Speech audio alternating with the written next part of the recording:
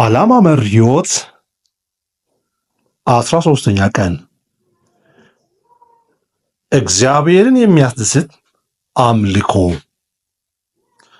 ጌታ አምላክህን በፍጹም ልብህ፣ በፍጹም ነፍስህ፣ በፍጹም ሐሳብህና በፍጹም ኃይልህ ውደደው። ማርቆስ 12:30። እግዚአብሔር ሁለንተናህን ይፈልጋል። የአንተነትን አንድ ክፍል ብቻ አይደለም የሚፈልገው።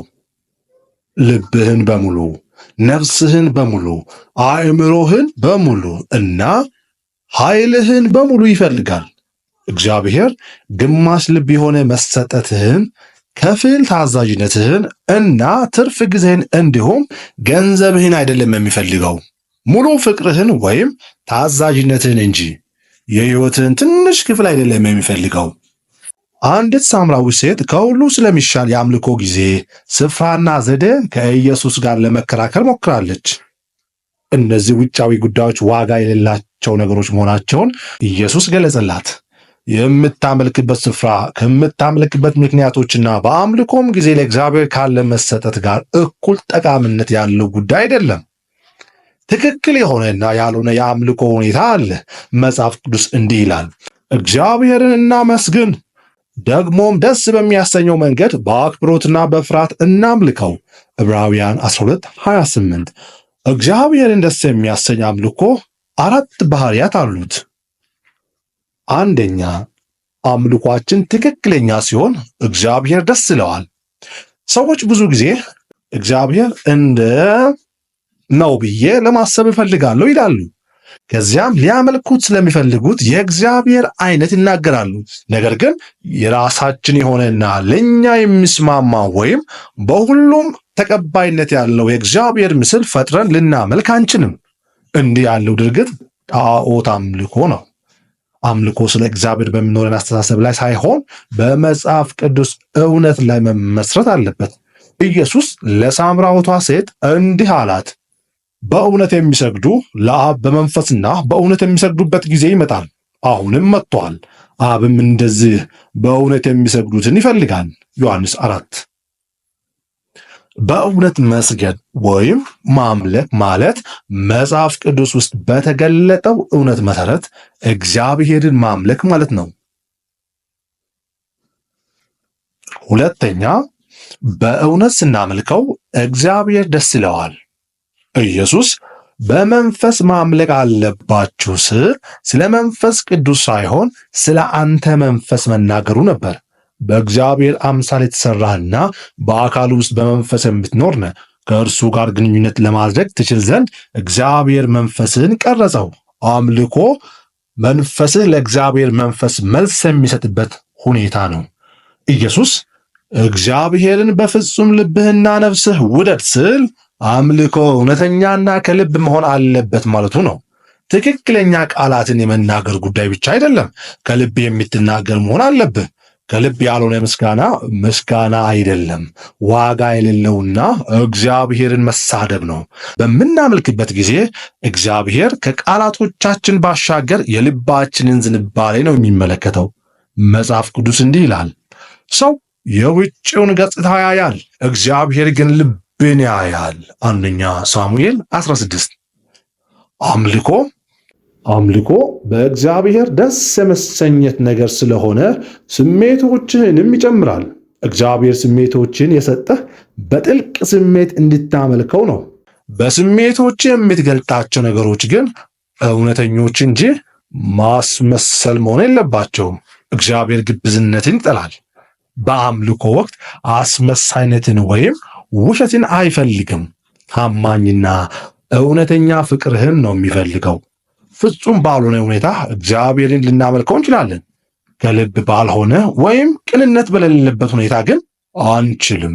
እርግጥ ቅንነት ብቻውን በቂ አይደለም። ቅን ሆነህ ትሳሳት ይሆናል። ለዚህ ነው መንፈስና እውነት ያስፈለጉት። አምልኮ ትክክልም እውነተኛም መሆን አለበት።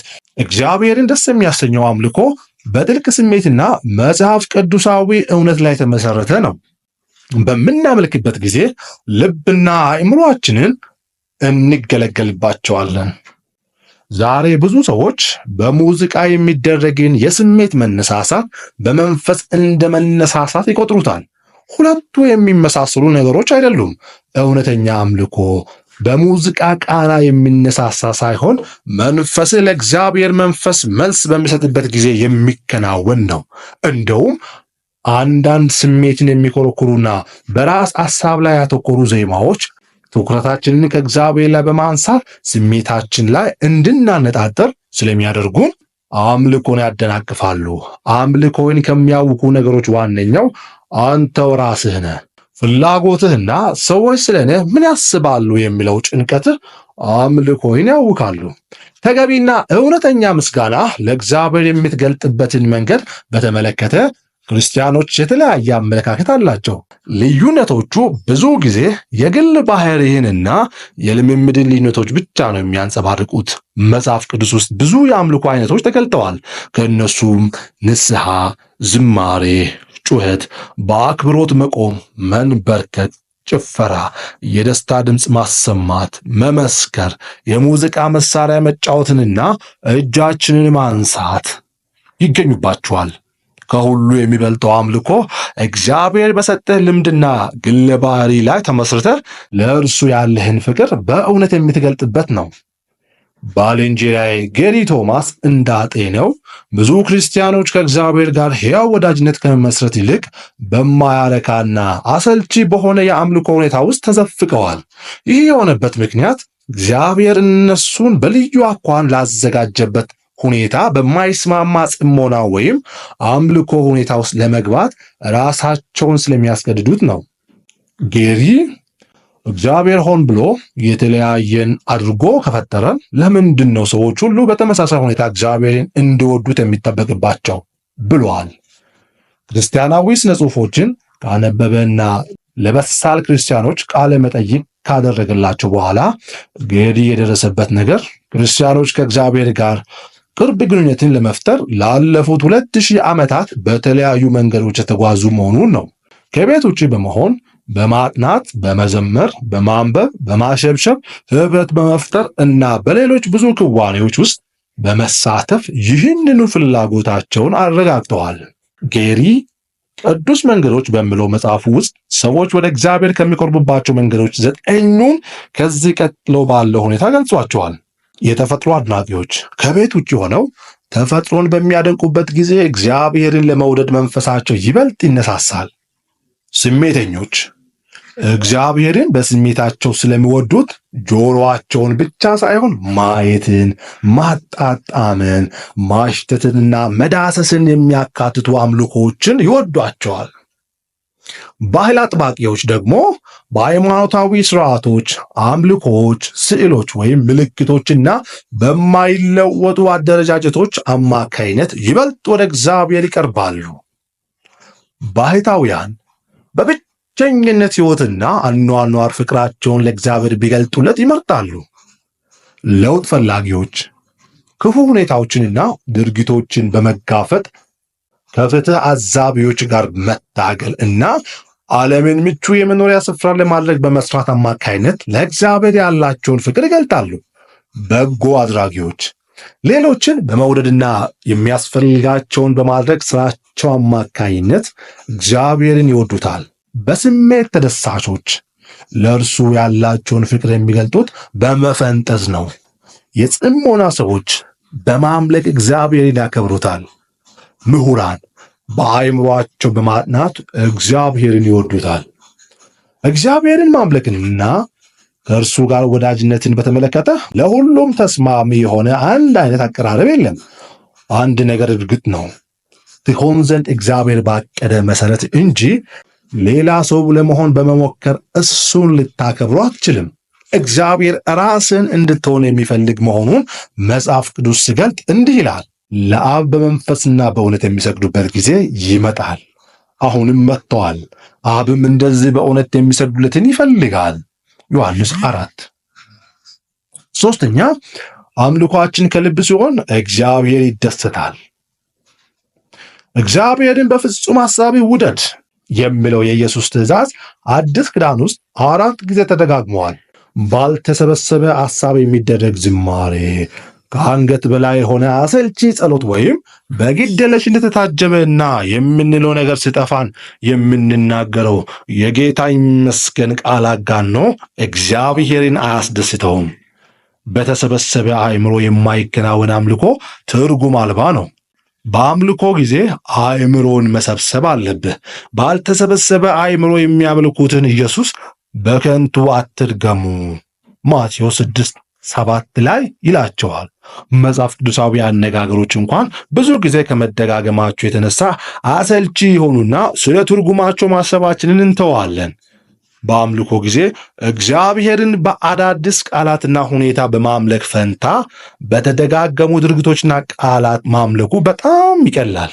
ለዚህ ነው የተለያዩ የመጽሐፍ ቅዱስ ትርጉሞችንና አገላለጦችን እንድታነብ ማበረታታ። ይህን ማድረጉ የአምልኮ አቀራረብህን ያሰፋልሃል። ሃሌሉያ፣ አመሰግንሃለሁ ወይም አሜን የሚሉ ቃላትን ሳትጠቀም እግዚአብሔርን ለማመስገን ሞክር። ልናመሰግንህ እንፈልጋለን በማለት ፈንታ ልናደንቅህ፣ ልናከብርህ፣ ልንወድስህ፣ ልንፈራህ የመሳሰሉና ያልተደጋገሙ ተመሳሳይ ቃላትን መዝግብና ተጠቀምባቸው። ደግሞም ግልጡን አንድ ሰው መጥቶ 10 ጊዜ አመሰግንሃለሁ ብልህ ለምን ብለህ ታስብ ይሆናል። ከሀያ አጠቃላይ አነጋገር ይልቅ 2 ግልጥ ምስጋና ብትቀበል ይሻልሃል። እግዚአብሔርም እንዲሁ ነው። ሌላው ሐሳብ ልዩ ልዩዎቹን የእግዚአብሔር ስሞች በዝርዝር ይዞ በእነሱ ላይ ማተኮር ነው። የእግዚአብሔር ስሞች በአንድ ነገር ላይ ብቻ ያተኮሩ አይደሉም። ስለ ባህሪው የተለያዩ ክፍሎች ይነግሩናል። እግዚአብሔር ብሉይ ኪዳን ውስጥ ቀስ በቀስ አዳዲስ ስሞቹን በማሳወቅ ነው ራሱን ለእስራኤል የገለጠው። እናም ስሙን እናከብር ዘንድ ያዘናል። የአምልኮ ስብሰባችንም በማስተዋል እንዲሆን እግዚአብሔር ይፈልጋል። አንደኛ ቆሮንቶስ 14 ውስጥ ሙሉውን ምዕራፍ ስለዚህ ጉዳይ በመስጠት በማጠቃለያው ላይ ነገር ግን ሁሉም በአግባብና በስርዓት ይሁን ብሏል። ከዚህ ጋር በተዛመደ ሁኔታ ያላመኑ ሰዎች በመካከላችን በሚኖሩበት ጊዜ የአምልኮ ስርዓታችን እነሱ የሚረዱት ሆኖ እንዲከናወን እግዚአብሔር በጥብቅ ይፈልጋል። ጳውሎስ እንዲህ ይላል፣ እንዲህማ ካልሆነ እግዚአብሔርን በመንፈስ በምታመሰግኑበት ጊዜ ለነገሩ እንግዳ የሆነ ሰው አንተ የምትናገረውን ካልተረዳ እንዴት አድርጎ ለምስጋና አሜን ሊል ይችላል? አንተ በሚገባ ታመሰግን ይሆናል፣ ሌላው ግን አይታነጽበትም። አንደኛ ቆሮንቶስ 14። በአምልኳችሁ ጊዜ የማያምኑ ሰዎች ሲጎበኟችሁ እነርሱን በጥንቃቄ መያዙ መጽሐፍ ቅዱሳዊ ትእዛዝ ነው። ይህን ትእዛዝ ችላ ማለት አለመታዘዝና ፍቅር አልባ መሆን ነው። ለዚህ ጉዳይ ሙሉ ማብራሪያ ለማግኘት ፐርፐስ ድራይቪንግ ቸርች በሚለው ሌላ መጽሐፌ ውስጥ አምልኮ ምስክርነት ሊሆን ይችላል የሚለውን ምዕራፍ ተመልከት። 4ኛ አምልኳችን በተግባር ሲሆን እግዚአብሔር ደስ ይለዋል።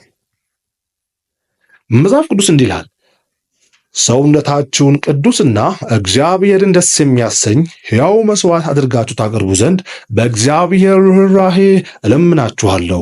ይህም እንደ ባለ አእምሮ የምታቀርቡት አምልኳችሁ ነው። ሮሜ 12:1። ለምንድን ነው እግዚአብሔር ሰውነትህን የሚፈልገው? ለምንድን ነው መንፈስህን አቅርብ የማይለው? ምክንያቱም በዚች ዓለም ያለ ሰውነትህ ምንም ልታደርግ አትችልም። በዘላለም ሕይወት አዲስ የተሻሻለና ከፍ ያለ አካል ትቀበላለህ። በምድር ባለህበት ጊዜ ግን እግዚአብሔር ያለህን ስጠኝ ይልሃል። አምልኮ ተግባራዊ እንዲሆንለት ይፈልጋል። ሰዎች በዛሬው ምሽት ስብሰባ ላይ ልገኝ አልችልም፣ ቢሆንም በመንፈስ ከእናንተ ጋር ይሆናለሁ ይላሉ። ይህ ምን ማለት እንደሆነ ታውቃለህ? ምንም ማለት አይደለም። ዋጋ የሌለው ንግግር ነው። በምድር ላይ እስካለህ መንፈስህ ሊኖር የሚችለው አንተ ባለህበት ስፍራ ነው። ሰውነትህ እዚያ ከሌለ አንተም እዛ አይደለህም። በአምልኮ ወቅት ሰውነታችንን ሕያው መስዋዕት አድርገን እንድናቀርብ ይጠበቅብናል። መስዋዕት የሚለውን ጽንሰ ሐሳብ በተለምዶ ከአንድ ከሞተ ነገር ጋር እናዛምደዋለን። እግዚአብሔር ግን ሕያው መስዋዕት እንድትሆን ይፈልጋል። ለእርሱ እንድትኖርለትም ይፈልጋል። ይሁን እንጂ ሕያው መስዋዕት ከመሠዊያው ላይ ተንሸራቶ የመውረድ ችግር አለበት። እኛም ብዙ ጊዜ እንድናደርጋለን። እሁድ ዕለት ክርስቲያን ወታደር ሆይ ወደፊት ተጓዝ እያልን እንዘምርና ሰኞ ደግሞ ኮብላውን ወታደር ሆነን እንገኛለን። በብሉይ ኪዳን ዘመን እግዚአብሔር በብዙዎቹ የአምልኮ መስዋዕቶች ተደስቷል። ምክንያቱም መስዋዕቶቹ ክርስቶስ ለእኛ በመስቀል ላይ የሚከፍለውን መስዋዕት ቀድመው ያመለክቱ ስለነበረ ነው። እግዚአብሔር የብዙዎቹ የአምልኮ ስርዓቶች ማለት ምስጋና፣ ውዳሴ፣ ትሕትና፣ ንስሐ፣ የገንዘብ ስጦታ፣ ጸሎት፣ ሌሎችን ማገልገል፣ ያለንን ለተቸገሩ ማካፈል በመሳሰሉት ደስ ይለዋል። እውነተኛ አምልኮ ዋጋ ያስከፍላል። ዳዊትን ተገንዝቦ እንዲህ አለ፣ ለአምላኬም ለእግዚአብሔር የሚቃጠል መስዋዕት ያለ ዋጋ አላቀርብም። ሁለተኛ ሳሙኤል 24:24 አምልኮ የሚያስከፍለን ዋጋ አንዱ ራስ ወዳድነታችንን ነው።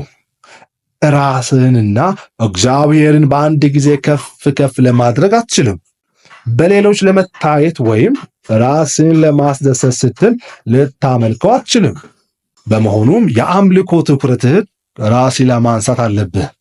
ኢየሱስ እግዚአብሔርን በፍጹም ኃይልህ ውደድ ባለ ጊዜ አምልኮ ጥረትና ኃይል የሚያስፈልገው ነገር መሆኑን አስገንዝበዋል። ድርጊቱ ሁል ጊዜ የሚሳካና ምቹ አይደለም። አምልኮ አንዳንድ ጊዜ የልብ ፈቃድ ድርጊት ነው። በፈቃደኝነት የሚከፈል መስዋዕትነት። የማመስገን ፍላጎት ባይኖርህ እንኳን እግዚአብሔርን ልታሞግሰው ደክመህ ሳለህ ልታመልከው ከመኝታ ስትነሳ ወይም ድክም ብሎ ሳለህ ለእግዚአብሔር የአምልኮ መስዋዕት በማቅረብ ላይ ነህ። ኢንግላንድ ውስጥ የአምልኮ መሪ የሆነውና ማት ሬድማን የተባለ ሰው የቤተ ክርስቲያኑ መጋቢ ስለ እውነተኛ አምልኮ ለቤተ ክርስቲያኑ ያስተማረበትን መንገድ እንደሚከተለው ገልጦታል። መጋቢው አምልኮ ከሙዚቃ የሚበልጥ መሆኑን ለማሳየት የቤተ ክርስቲያኒቱ አባላት ሌላ የአምልኮ መንገድ እንዲማሩ በማድረግ ዝማሬዎችን ሁሉ አገደ። የትምህርቱ ጊዜ ሲያበቃ መጋቢው ተወዳጅ የሆነውንና የአምልኮ ልብ የሚል ርዕስ ያለውን መዝሙር ጻፈ።